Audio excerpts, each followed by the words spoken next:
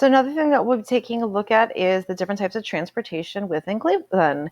And we'll be doing some lessons on these, finding different ways to introduce this to the students and to have them read up and learn more about the transportation. Once we have done this, they'll be able to give two details about each type of transportation in Cleveland, explain something that can impact each type of transportation, whether that be negative or positive within the city or within the surrounding areas. Choose one mode of transportation and explain how it's changed over the past 50 years. And then what's the most important mode of transportation in Cleveland, and what are 3 reasons that make it so important? And I'd like to create this a bigger lesson on this multiple perspectives piece so that we can really take time to share what our perspectives are, why we feel this way, being able to back it up with the information that we've learned, and have some really good class discussions, whether it be the full class or in smaller groups. Then we're going to be learning about the suburbs of Cleveland and other mapping skills. We will need to have some previous lessons on different communities like rural, urban, and suburban, and what that means, what that looks like.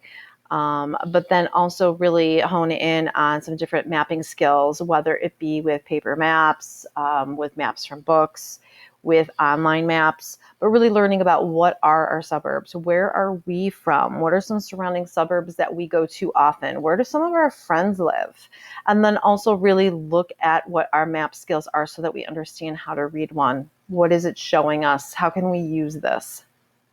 Another activity would be for students to create their own Google map, starting from their own house, and then choosing a location in Cleveland that it would take them to. So this could be the school, or it could be another place in Cleveland that they enjoy going to, or maybe someplace that we've been talking about within class that they want to know how to get to it.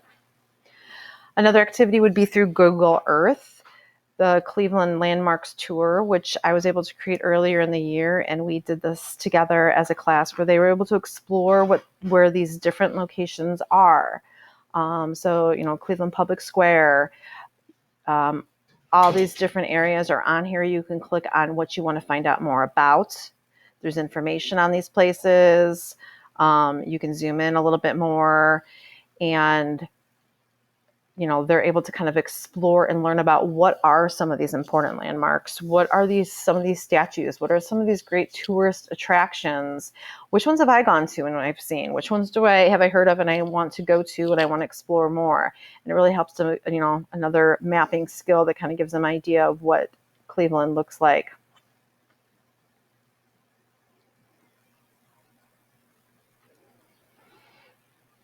I have a couple ideas for math. I did not spend a lot of time focusing on math and science because in this past year I was not teaching those 2 subjects, but I would love to really pull this in so that we could integrate within all the different core subject areas. So some ideas would be graphing tourism over the past 100 years, graphing the population of Cleveland and the surrounding suburbs.